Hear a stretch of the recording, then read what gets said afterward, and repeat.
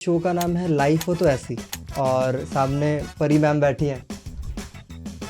Don't expect कि कुछ होना चाहिए, कुछ मिराकुलस आना चाहिए, मुझे बिल्कुल थॉट्स नहीं होना चाहिए। ये एक्सपेक्टेशन रख के अगर ध्यान करेंगे तो बिल्कुल नहीं होगा।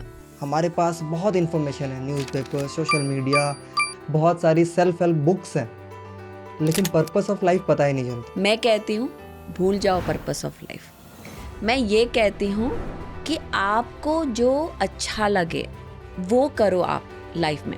फॉरगेट कि बुक्स क्या कहता है, सोशल मीडिया क्या कहता है। बकमिंस्टर फुलर एक बहुत ही बड़े साइंटिस्ट है। कॉन्सेप्ट उन्होंने बताया कि उसका नाम है प्रोसेशन, कि हमें पर्पस के पीछे भागना नहीं है, हमको गोल्स रखना है लाइफ में। जैसे कि एक बी है, एक फ्लावर में जाती है नेक्टर के लिए। अगर बीज खत्म हो गया तो हमें एग्रीकल्चर नहीं होगा, लाइक प्लांट्स नहीं होंगे। सो वो सुबह उठ के ये नहीं सोचते कि मुझे पॉलिनेशन करना है, वर्ल्ड को बचाना है, उसको सिर्फ नेक्टर चाहिए। तो वो अपना काम करती है और उसके थ्रू उसका पर्पस फुलफिल हो रहा है। डेल्टा ऐसा है कि आप कंप्लीट सबकॉन्शियस माइंड एक्टिव है। सो आप जो भी कहते हैं हम सोचते हैं कि बच्चे सुन नहीं रहे, पर बच्चे के दिमाग में सब कुछ जा रहा है। इसीलिए तो कहा जाता है कि वूम में भी है तो बच्चा सुन रहा है। तो वो कैसे होता है? क्योंकि उनका डेल्टा वेवलेंथ होता है। तो वो पूरा प्रोग्राम्स बन रहे हैं वूम के अंदर से ही। हेलो, लाइफ हो तो ऐसे के इस एपिसोड में आपका बहुत बहुत स्वागत है। आज के स्पेशल एपिसोड में हम आपको एक स्पेशल गेस्ट से मिलाने जा रहे हैं, परी पत्री मैम, जो कि एक लीडरशिप कोच हैं, साथ ही साथ मोटिवेशनल स्पीकर भी हैं।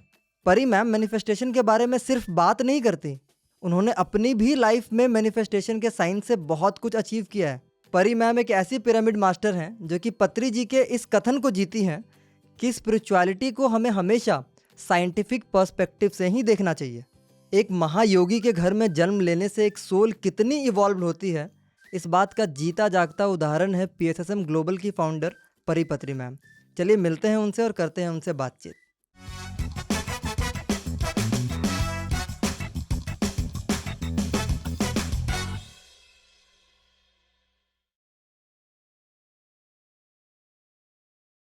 Hello ma'am. हाय। कैसे हैं आप? बहुत अच्छे। मैम, मैं आपके सामने बैठा हूँ और आप मेरे सामने बैठे हो, मैं बहुत अच्छा फील कर रहा हूँ। सो मैम, चूँकि शो का नाम है लाइफ हो तो ऐसी लाइफ और सामने परी मैम बैठी हैं, सो सबसे पहला सवाल मैंने यही सोचा कि मैं आपसे यही पूछूंगा कि पर्पस ऑफ लाइफ।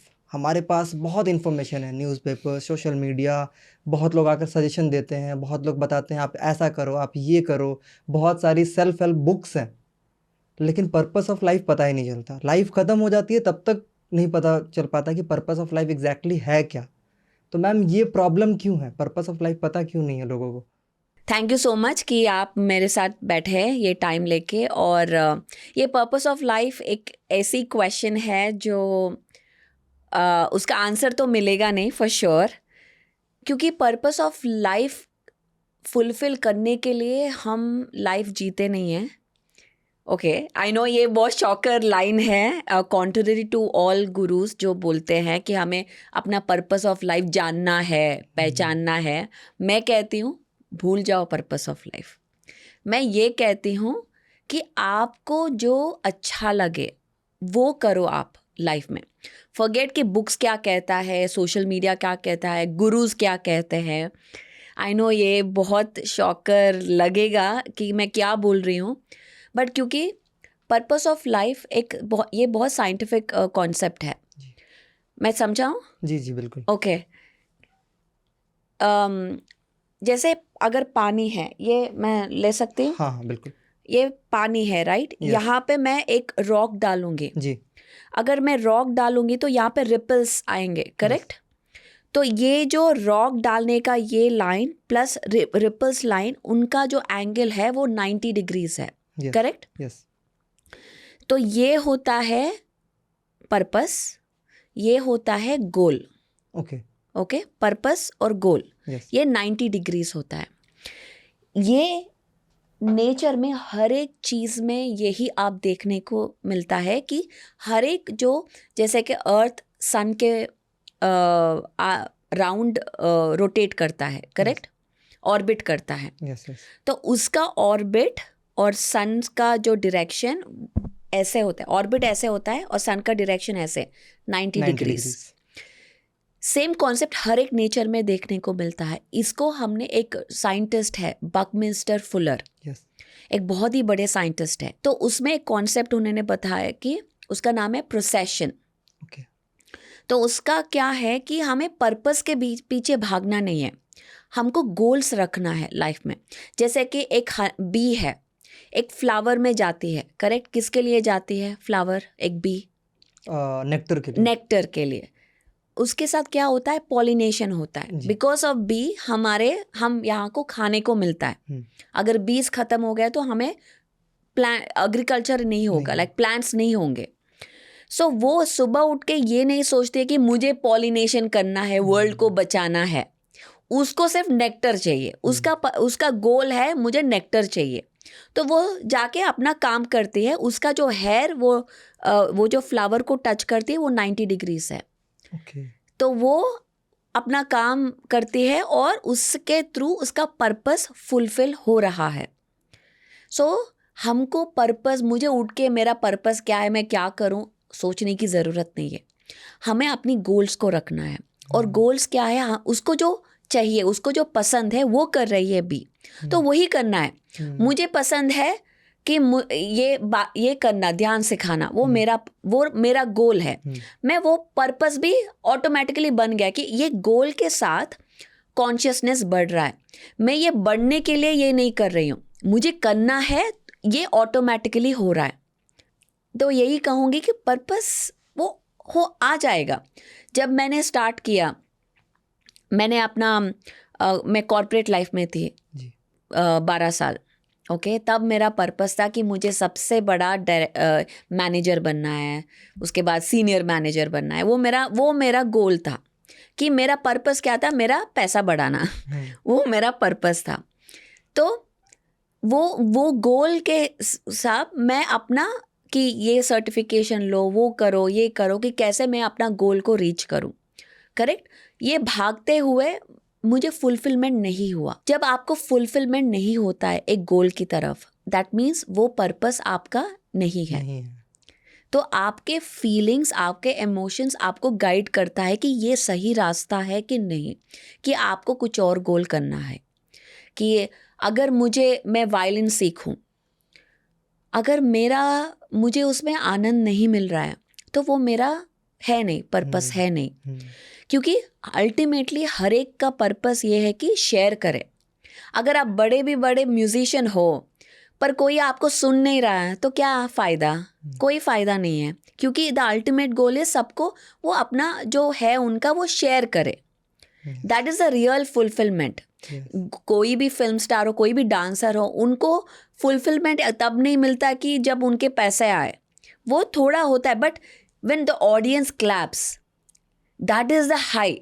आप देखेंगे तो एग्जैक्टली अगर मैं टीचर हूँ, अगर कोई स्टूडेंट नहीं है तो क्या फ़ायदा, मेरा सब सीखने का, PhD लाने का कोई फ़ायदा नहीं है।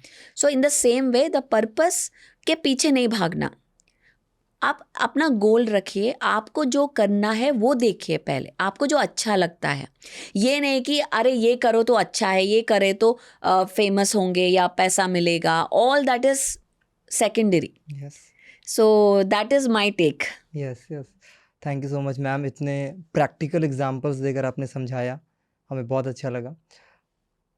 आपकी एक वीडियो देखी थी मैंने इंस्टाग्राम पे, उसमें आपने बताया था कि एक बहुत बेसिक नीड है कि कोई हमें प्यार करे, कोई हमें वैल्यू करे, राइट। बट मिसकॉन्सेप्शन ये है कि हमें कोई प्यार तब करेगा जब मैं सुंदर दिखूंगा, या फिर जब मैं इंटेलेक्चुअल बातें करूंगा, या फिर ये क्वालिटीज़ होनी चाहिए, या फिर ऐसा ऐसा करना चाहिए। सेट है, क्राइटेरिया सेट है। ये मिसकॉन्सेप्शन क्यों है? ये एक ओल्ड स्कूल मॉडल है जो हमने सच मान लिया, या हमारी एक प्रोग्रामिंग बन गई कि हमें अगर ऐसा दिखे तो ऐसा फील होगा। ये हर जगह प्रोग्रामिंग है। जैसे आप ऐड देखो, ये शैम्पू लो, स्ट्रेट बाल आ जाएंगे, अच्छे बाल आएंगे तो आप खूबसूरत दिखेंगे। तो हम ये देखते रहते हैं, ये सब प्रोग्रामिंग है। हम हर जगह यही कहते हैं कि अगर वो उनका शैम्पू यूज नहीं किया तो आपके बाल में डैंड्रफ होगा या कुछ होगा या व्हाटएवर। तो हम सोचने लगे अरे यार मेरे पास ये क्या शैम्पू नहीं है, मतलब मेरे बाल अच्छे नहीं है। ओके। सो ये एक साइकोलॉजिकल वॉर है, साइकोलॉजिकल वॉर, कि हमें ये बताया जाता है कि हम इनफ नहीं है, हमें कुछ और चाहिए कि हम इनफ बन सके। तो ये बचपन से हर जगह हमें ये मिल रहा है कि आप चाहे वो स्कूल में भी हो, आपको फर्स्ट आए तो सामने बिठाएंगे, लास्ट आए तो पीछे बिठाएंगे। वो ग्रेडिंग सिस्टम, एजुकेशनल सिस्टम, या हमें इवन इन अपना रिलीजियस सिस्टम्स ये बताया जाता है कि आप अच्छा करो तो अच्छा कर्म मिलेंगे, बुरा करो तो बुरा कर्म मिलेंगे। तो ये सारे एवरीवेयर ये प्रोग्रामिंग डाला गया बचपन से कि आपको कुछ, आपको लोग पहचाने, वैल्यू करे, आपको इम्पोर्टेंस दे, तो उसके लिए आपको कुछ करना पड़ेगा, नहीं तो आपको ऐसे ही नहीं मिलेगा। बट द ट्रूथ इज हम ऑलरेडी भगवान हैं, हम already, we are already enough, we are already worthy. हमको कुछ और करने की ज़रूरत, मुझे करने की ज़रूरत नहीं है कि मुझे एक सर्टिफिकेट या मुझे माँ बनने की या मुझे एक अच्छी मनी या स्टेटस पाने की, कि मुझे वर्दी फील करे। So that is a whole misconception कि नाउ जब मैं हैप्पी फील करूँ तब अच्छा होगा। सो ये एक फॉर्मूला है। ओके। जब आपके पास XYZ है तो आपको ABC फील होगा। वो ABC आपको जो भी डालना हो, फ्री फील होगा या हैप्पी या पीसफुल, जो भी आपको चाहिए। ये एक फूल्स फॉर्मूला है। ओके, ये फूल्स फॉर्मूला कि आपको XYZ है तो आपको ABC फील होगा। सही फॉर्मूला है कि अगर आप हैप्पी हो, हेल्दी, आप ऑलरेडी हैप्पी हो, तो XYZ आप क्रिएट करोगे। So this is the formula of the quantum model. Okay. आपने एक टर्म यूज किया प्रोग्रामिंग। तो क्या वैसी चीजें जो प्रोग्राम हो रखी है हमारे माइंड में, हम रीप्रोग्राम कर सकते हैं उसको? Well absolutely. फर्स्ट थिंग क्या होता है कि बचपन से जब मैं थोड़ा विस्तार से बताऊंगी। बिल्कुल बिल्कुल बिल्कुल। क्योंकि ये कॉन्सेप्ट समझने के लिए थोड़ा बैकग्राउंड चाहिए। बचपन से हम जो भी देखते हैं वो हमारी कोर प्रोग्रामिंग में चले जाते हैं। एंड इसके लिए बहुत अच्छा एग्जाम्पल है इनसाइड आउट मूवी। अगर आप नहीं देखे तो ज़रूर देखना, ये होमवर्क है सबके लिए जो देख रहे हैं। इनसाइड आउट मूवी है, बहुत बढ़िया मूवी है, जो दिखाता है कि हम बचपन से एक कोर प्रोग्राम्स बना देते हैं, वो हमारी सबकॉन्शियस माइंड में चला जाता है। उस प्रोग्राम से सब कुछ प्रोजेक्ट हो रहा है हमारी लाइफ में। तो ये कोर प्रोग्राम में जो भी कहा गया, जैसे कि मैं एक एग्जाम्पल कहे तो इसमें ब्रेन वेव्स वो सब आता है, क्योंकि जब बचपन में होते हैं तब वो डेल्टा वेवलेंथ में होते हैं। डेल्टा ऐसा है कि आप कंप्लीट सबकॉन्शियस माइंड एक्टिव है। सो आप जो भी कहते हैं हम सोचते हैं कि बच्चे सुन नहीं रहे, पर बच्चे के दिमाग में सब कुछ जा रहा है। इसीलिए तो कहा जाता है कि वूम में भी है तो बच्चा सुन रहा है। तो वो कैसे होता है? क्योंकि उनका डेल्टा वेवलेंथ होता है। तो वो पूरा प्रोग्राम्स बन रहे हैं वूम के अंदर से ही। वैसे ही 0 to 2 years तक हम सोचते हैं कि बच्चा सो रहा है या सुन नहीं रहा है, पर सब कुछ प्रोग्राम के अंदर जा रहा है। तो जैसे कि 2 to 5 years थीटा वेवलेंथ, जो कि अगेन सबकॉन्शियस माइंड एक्टिव है। यही वेवलेंथ हिप्नोथेरेपिस्ट यूज करते हैं, अल्फा और थीटा, कि आपको प्रोग्राम करे। तो ये वेवलेंथ में जैसे मुझे बहुत याद है, एक हमारे रिलेटिव आए थे घर। तो मेरा एक अभी है 9 साल का बच्चा, तब वो आई थिंक 3 साल या 4 साल का बच्चा होगा। वो लड़का है। And then I have another girl, वो उसके she is probably a baby वो टाइम पे। तो वो आए घर पे, तो ये मेरा लड़का रो रहा था। तो वो आके उनको वो समझा रहे थे कि रोना मत। तो वो ये कह रहे थे कि लड़कियों की तरह रोना नहीं है। तो मुझे इमीडिएटली उनको रोकना पड़ा कि ऐसे बातें नहीं करना है, क्योंकि जब आप ऐसे कहेंगे तो उसके दिमाग में वो सबकॉन्शियस प्रोग्रामिंग हो जाता है. वो बड़े होके भी, because he is a man, वो अपना इमोशंस एक्सप्रेस नहीं कर पाता है, क्योंकि ये प्रोग्राम बचपन में 3 साल में बन चुका है कि लड़कियों की तरह रोना नहीं है. मतलब मैं लड़की नहीं हूँ, मैं वीक नहीं हूँ, मतलब लड़की को वीक बना दिया. और लड़की की तरह रोना नहीं है, मतलब रोना भी एक वीकनेस है. तो आप देख सकते हैं ऐसे प्रोग्राम्स हमारे बचपन में ही बन जाते हैं. बिल्कुल मैम, एग्जाम्पल है इंडिया में इतने सारे मेंस को अभी इमोशन एक्सप्रेस नहीं कर पाते हैं, बिल्कुल. क्योंकि शायद बचपन से ही वो प्रोग्राम फिट हो चुका है. हाँ, बचपन से वो जो देखते हैं, वो जो सुनते हैं और उनका जो कहा जाता है, ये सॉलिड प्रोग्राम बन जाती है. बच्चों की तरह रोना, लड़कियों की तरह रोना नहीं है, या लड़कियां हंसना नहीं है, खुल के नहीं हंसना, ऑल दीज प्रोग्राम्स बन जाती है. तो वो बड़े होके भी वही रिप्ले होती है जब तक वो रीप्रोग्राम नहीं किया जाता, जब तक वो डेटा डिलीट नहीं किया जाता है. ये हमको स्कूल्स में सिखाया नहीं जाता है. कोई नहीं सिखाता है कि हमारे अंदर इतने सारे फाइल्स हैं, और वो फाइल जो भी हमें एक्सपीरियंस है, वो फाइल बीच में आ रहा है, वो प्रोग्राम चल रहा है, उसको हमको निकाल के फेंकना है, डिलीट, आर्काइव कर देना है. जब तक वो आर्काइव करके दूसरा प्रोग्राम इंस्टॉल ना करे, वो ब्रेन वही प्रोजेक्ट करते रहता है अपने लाइफ में. सो मैम थैंक यू इतना प्रैक्टिकल एग्जांपल देने के लिए. और अब समझ आ रहा है कि कितना साइंस है हर चीज़ के पीछे. और आपने जो मेन को वाला जो एग्जांपल दिया था कि इमोशंस ज़्यादा शेयर नहीं करना है, रोना नहीं है, इंडिया में ये बहुत ही कॉमन है ma'am. I think, I don't know, आप बताओ बाहर की कंट्रीज़ में भी ऐसा है या फिर? एब्सोल्युटली, कहीं पे भी ऐसा दिखाया जाता है कि वुमेन, इसीलिए हर जगह वो वुमेन राइट्स, ये सब इक्वालिटी की बात क्यों करते हैं, नॉट ओनली इन इंडिया, कहीं पे भी. क्योंकि ये कहीं ना कहीं ये कल्चरली है कि man the bread winner, women जो देखती है. और ये जनरेशन से पास होता गया ये प्रोग्राम्स. और इसको चेंज करना, मतलब इसको पहले हमको एजुकेट करना पड़ेगा कि ऐसा क्यों हो रहा है. हमको पहले ऐसे जाके लड़ाई करके नहीं, इक्वालिटी फेमिनिज्म बात नहीं, हम कैसे अपने बच्चों को, ये साइंस अगर समझा जाएगा तो देन अपने बच्चों को ठीक तरह से ट्रेन कर पाएंगे, सही प्रोग्राम्स दे सकते हैं.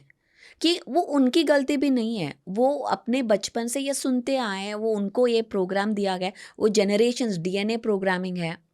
तो कैसे चेंज, गुस्सा करके कोई फ़ायदा नहीं है. सो ये एक हम रूट कॉज के पास जाके हम कैसे इसको चेंज कर सकते हैं. सो दैट इज़ वो है हमारी ये कोशिश है कि वही करें हम. जी. अपब्रिंगिंग का इसमें बहुत बड़ा रोल है, जैसा कि अभी आपने बताया कि उस तरीके से ही वही चीज़ें फीड करे जो सही है, वही चीज़ें Correct. प्रोग्राम करे जो सही है, जो आगे चलकर फ्यूचर में प्रॉब्लम ना क्रिएट करे.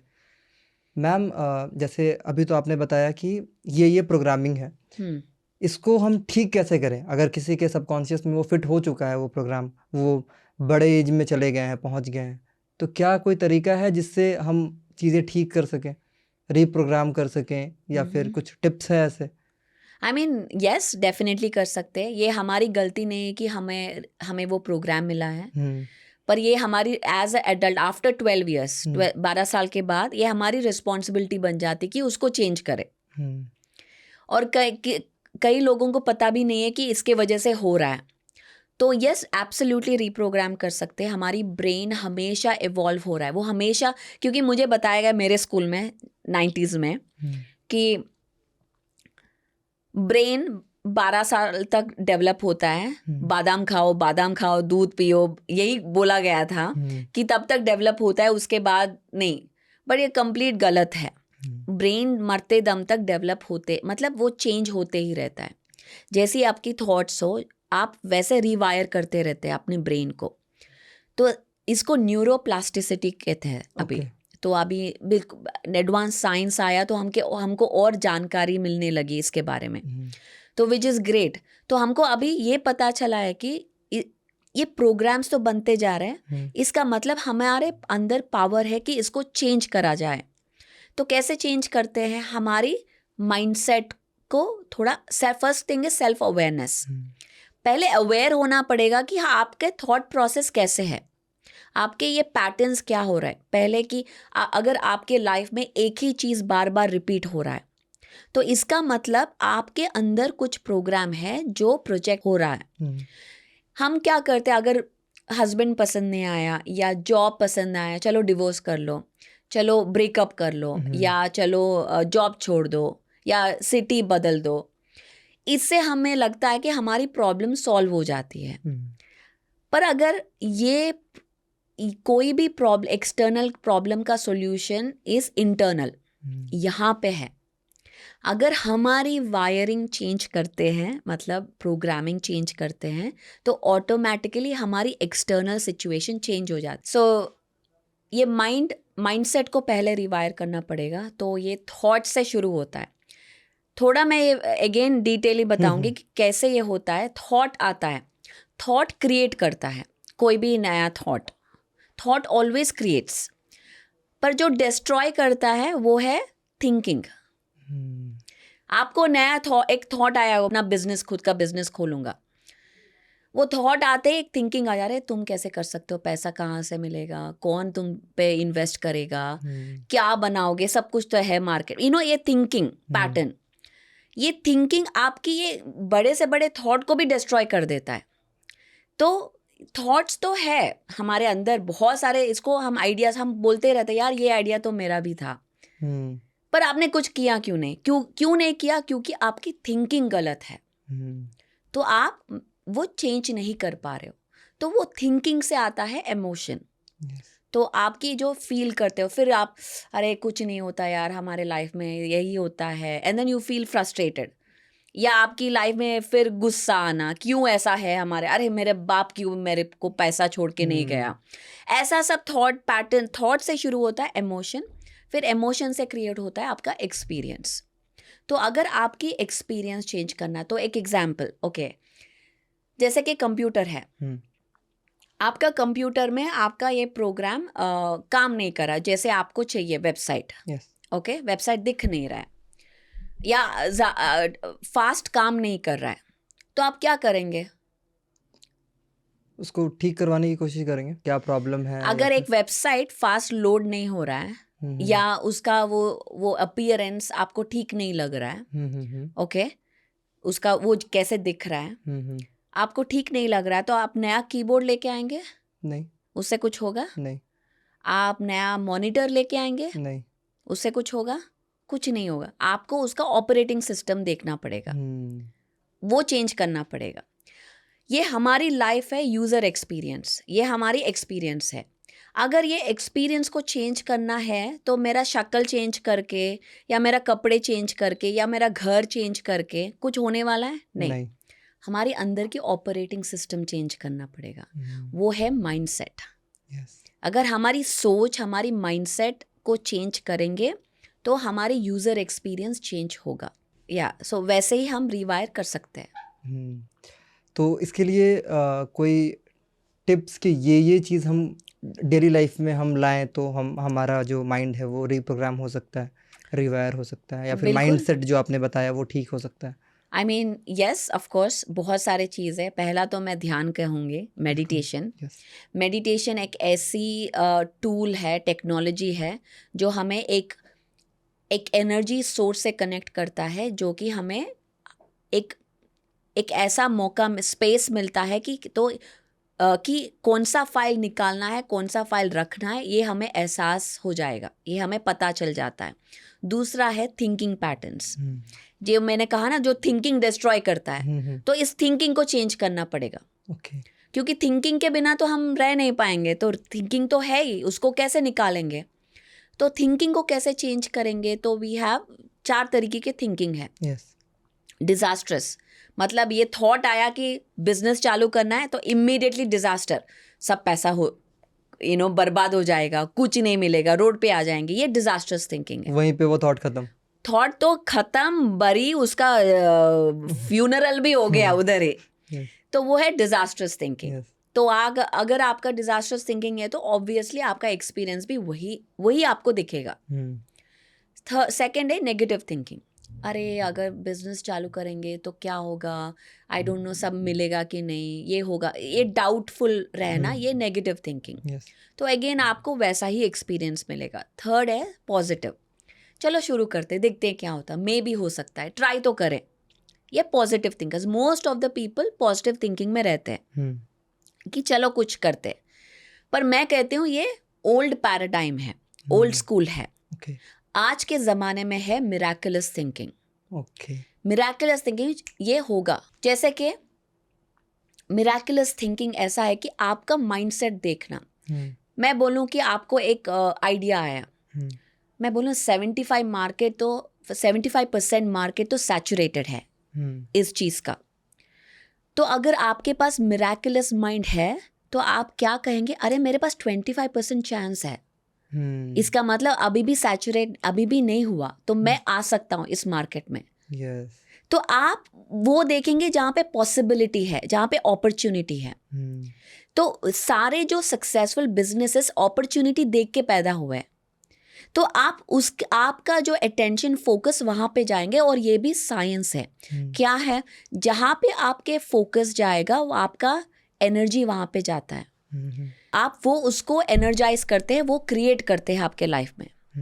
सो आपका अगर फोकस 75% जो सैचुरेटेड मार्केट है उस पे जाएगा तो वही आप क्रिएट करेंगे, वही आप अट्रैक्ट करेंगे आपके लाइफ में। जो लोग बोलते रहेंगे अरे नहीं चलेगा, इधर तो ऑलरेडी है, उधर तो ऑलरेडी है, ये कैसे चलेगा। अगर आपका फोकस 25% पे है तो आप ऐसे लोगों को अट्रैक्ट करेंगे जो कहेंगे यार यहाँ पे अपॉर्चुनिटी, चलो इधर आके करेंगे। सो ऐसे माइंड एक मिराकुलस है, माइंड इज मिराकुलस। जैसा हम उसको डायरेक्शन देते हैं वो वैसा जाता है। पर प्रॉब्लम क्या है, आज हमारा माइंड हमें कंट्रोल कर रहा है, हम उसको डायरेक्शन नहीं दे रहे। हम कमांड में होना चाहिए, आपका हार्ट और आप एक कॉन्शियस माइंड, पर हम कंट्रोल उसको दे रहे हैं, माइंड को दे रहे हैं। अरे माइंड तू बता हम क्या कर सकती हूँ मेरे पास। माइंड क्या कहेगा, पास्ट एक्सपीरियंसेस से कहेगा कि हाँ चलो माइंड में है, हाँ तेरे बैंक में इतना है, ये इतना है, नहीं होगा।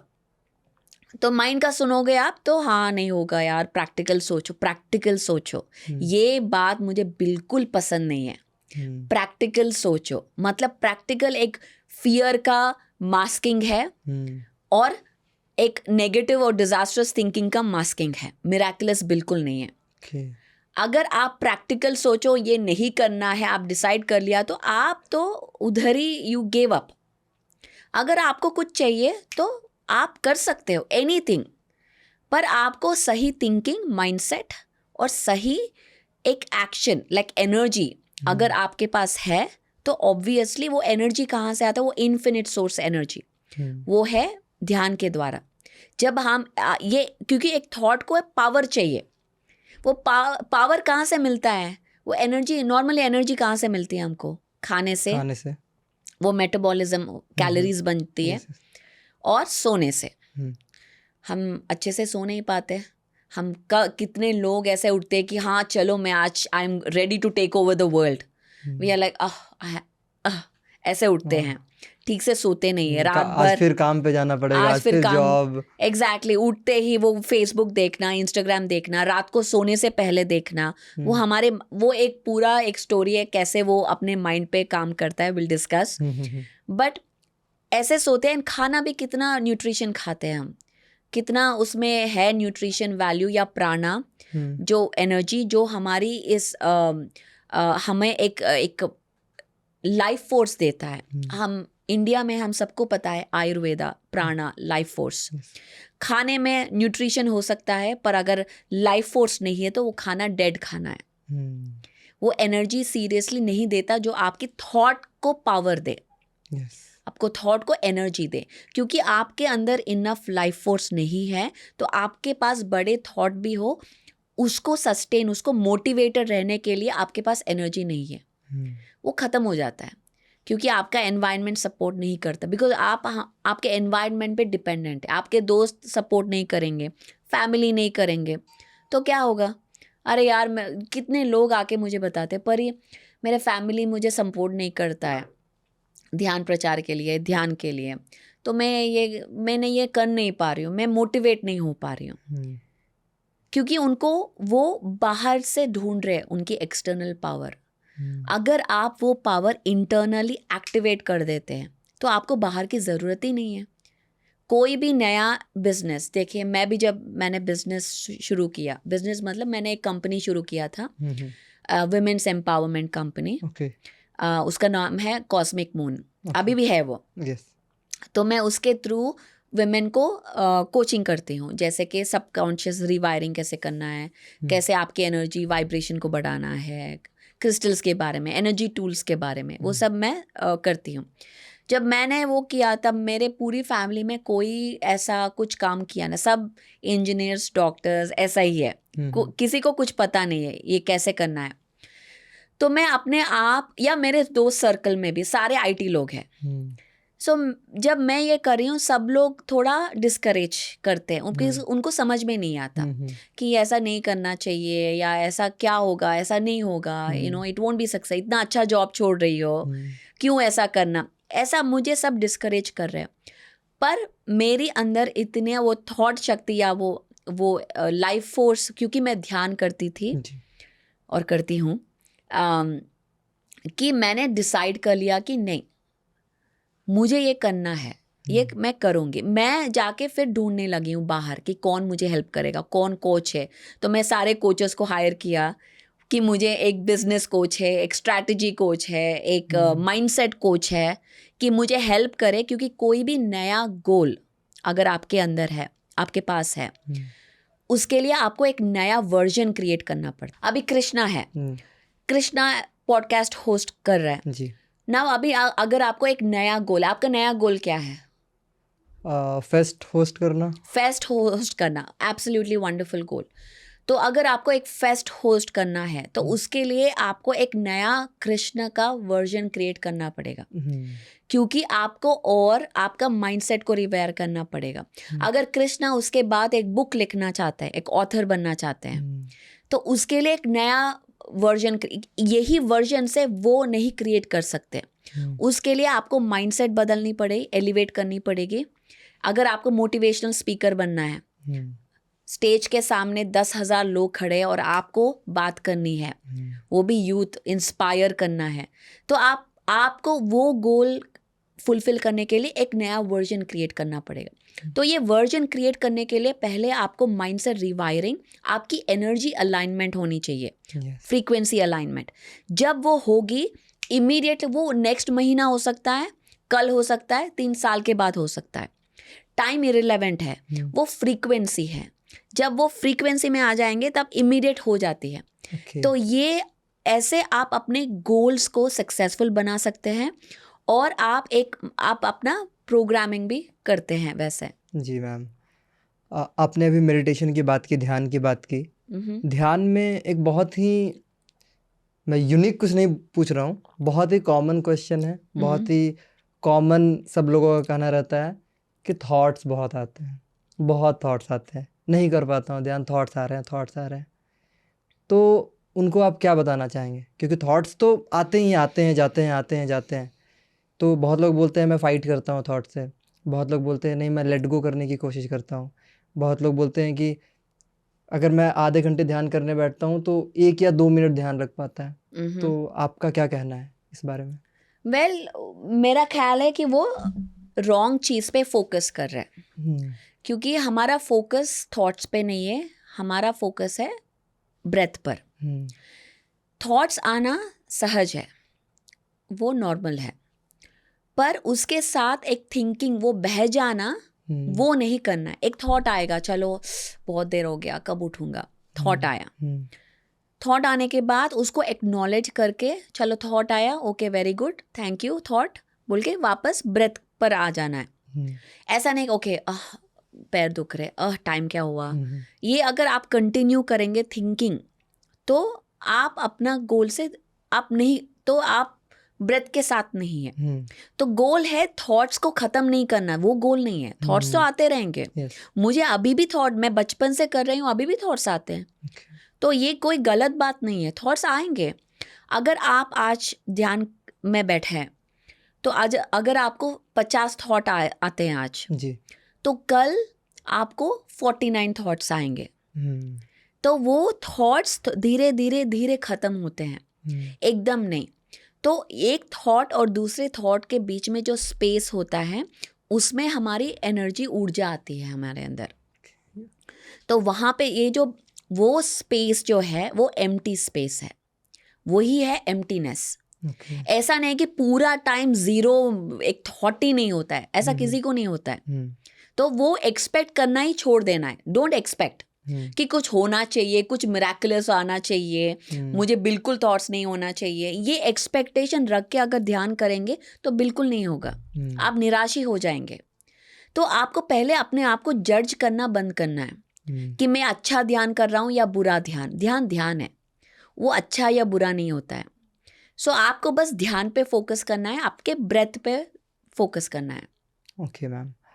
मैम अभी 10 अक्टूबर को हम मेंटल हेल्थ डे हम ऑब्जर्व करते हैं। हम्म, अगर हम आंकड़े देखें, अगर हम स्टैट्स देखते हैं, तो हम डर जाते हैं कि मेंटल हेल्थ इतना बड़ा इशू बन चुका है। हम्म, स्टिल सोसाइटी में उसको उतना नहीं मिल रहा है जो मिलना चाहिए। मेंटल हेल्थ पे बात भी बहुत कम होती है। घर पे एक नॉर्मल एग्जांपल देता हूँ, घर पे बुखार लगे, ये लो पैरासीटामोल खा लो, डोलो खा लो, ठीक हो जाएगा बुखार। तब टेंशन में आ जाते हैं घर वाले भी, मदर फादर बाकी रिलेटिव्स भी टेंशन में आ जाते हैं। किसी का मेंटल हेल्थ ख़राब है, शायद वो उसके मन में बहुत सारी चीज़ें चल रही हैं, अपसेट रहता है, बट उस पर बात नहीं होती है, और ये बहुत कॉमन है इंडिया में। तो इस पे आपका क्या टेक है मैम? क्यों ऐसा ये है? अगेन दैट थिंग कि ऐसा हमने रिप्रोग्राम कर रखा है।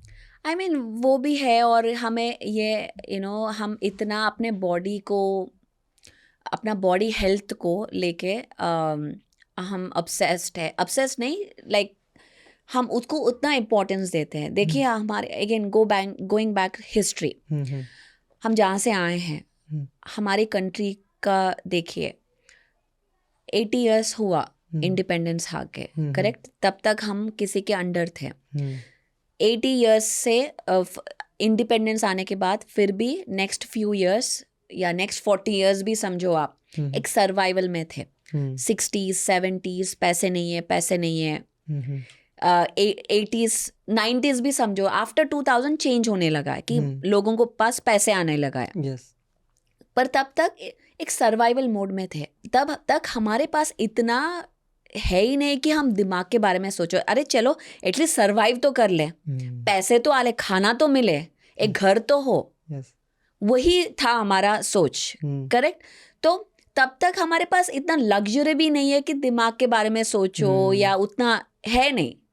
सो थोड़ा हिस्ट्री भी देखना चाहिए कि क्यों हमारी ऐसी है। इसीलिए पास्ट देखना, समझना ज़रूरी है एक चीज़ को, अभी क्यों प्रेजेंट में ऐसा है। तो वो होने के बाद 2000 से चेंज होने लगा है, पैसा आने लगा है, लोगों को अलग चीज़ें सोचने का मौका भी मिला है। मैं जब कॉलेज में थी, मुझे 2 ही ऑप्शन थे, इंजीनियरिंग या डॉक्टर, या कॉमर्स कर लो अगर पढ़ाई में कम है तो।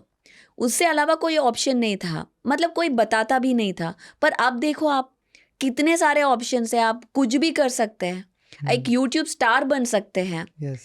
तो अभी ये लग्जरी है, ये हमारे पास अभी वक्त है। तो नाउ ये डिस्कशन भी अभी शुरू हुआ है, विच इज़ ग्रेट।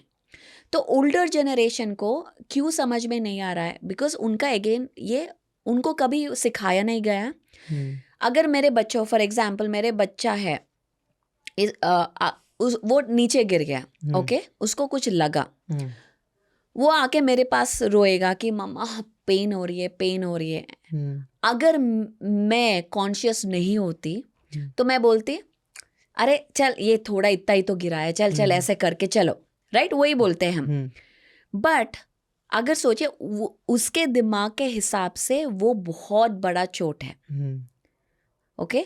तो पर मैं उसको ये बोलूं कि चल चल चल ऐसे ऐसे मत कर, चल, इसको बोलते हैं गैस लाइटिंग। ओके। तो मैं वो उसको ऐसा एहसास दिला रही हूँ कि ये कुछ नहीं है, तो ये सब तेरा वहम है, मन का वहम है, तू ये सब मत सोच। इसको एक साइकोलॉजिकल टर्म है गैस लाइटिंग, कि हम उसको गैस लाइट कर रहे हैं, कि उसको ऐसा बता रहे हैं कि उसकी फीलिंग्स वैलिड नहीं है। तो जब हम बचपन से ऐसे उनको कहा जाता है कि आप जो फील कर रहे हो वो वैलिड नहीं है, तो वो अपने आप को हर्ट फील नहीं करता। उसको ऐसा लगता है यार मेरा फीलिंग का कोई मायना नहीं है, क्या मैं फील कर रहा हूँ, पेन है मुझे, पर आप देख नहीं रही हो, आप मुझे कोई देख नहीं रहा है। तो वो एक अंदर से एक वो अलूफनेस, वो एक अबैंडनमेंट फील हो जाती है, और वो बढ़ते ही जाती है जब तक हम ये करते रहते हैं। So as a mother now ये सब मैंने सीखने के बाद अगर वो बच्चा मेरे सामने आके, देन मैं बस एक सेकेंड चाहिए, अरे ऐसा लगा, आप कैसे फील कर रहे हो, आप उनकी फीलिंग्स सुनो, आप उनकी वो कैसे फील कर रहा है, क्या फील सुनेंगे तो वो हर्ट फील करेगा, अरे मेरे फीलिंग्स का कोई वैल्यू है। तो ये चीज़ हमारी जो सोसाइटी में वो थोड़ा मिसिंग है बिकॉज ऑफ एजुकेशन। हमें पता ही नहीं कि ऐसा करना चाहिए, ये किसी की गलती नहीं है। तो अभी वो उस एजुकेशन की ज़रूरत है कि कैसे हमें वो एक बच्चों का एक फीलिंग्स का वैलिडेशन, लाइक बिकॉज बच्चे के लिए पेरेंट्स आर द अथॉरिटी। अगर पेरेंट्स ही नहीं समझेंगे तो अगर कुछ हुआ उसको, वो कभी आपको बताएगा नहीं। वो समझेगा अरे ये तो एनीवे सुनेंगे नहीं, ऐसे ही टाल देंगे, तो मैं क्यों बताऊं। तो यही होता जाता है, बचपन बड़े होने के बाद भी ट्रस्ट इश्यूज पैदा होते हैं, किसी पे ट्रस्ट नहीं कर सकते क्योंकि वो टाइम पे वो बहुत वल्नरेबल होके वो अपना फीलिंग्स शेयर कर रहे हैं। अगर वो फीलिंग्स वैलिडेटेड नहीं होते उस टाइम पे, तो अभी किसी के ऊपर ट्रस्ट नहीं कर सकता है। मैं क्यों शेयर करूं अगर मेरे फीलिंग्स को वैलिडिटी नहीं मिलता है। तो there is lot of deep issues पैदा हो जाते हैं इसके वजह से। सो ये again all this mental issues क्यों नहीं हम सुन पाते, बिकॉज अगेन थोड़ा एजुकेशन, थोड़ा पेशेंस भी चाहिए। हमको इमीडिएटली जज नहीं करना चाहिए, आपको ये चाहिए, बिकॉज पीपल डोंट नो। हमें अभी भी लोग सर्वाइवल में ही है। अभी भी थ्राइविंग में नहीं है। हम पैसा तो देख रहे हैं एक्सटर्नली, पर इंटरनली सर्वाइव कर रहे हैं कि अरे यार इतना बड़ा बिजनेस बनाया, अगर ये चला गया तो कैसे। तो वो हम कंपटीशन वो पकड़ने में ही है, फियर में ही है, तो कहाँ से वो थ्राइविंग होगा। तो इसीलिए ध्यान की ज़रूरत है कि वो थ्राइविंग से क्रिएटिव बनो, सर्वाइवल से बाहर आओ। तो आप ये सारे इश्यूज के बारे में सोच सकते हैं। परी मैम के साथ हमारी बातचीत का यह था पार्ट 1। बातचीत को हम पार्ट 2 में कंटिन्यू रखेंगे।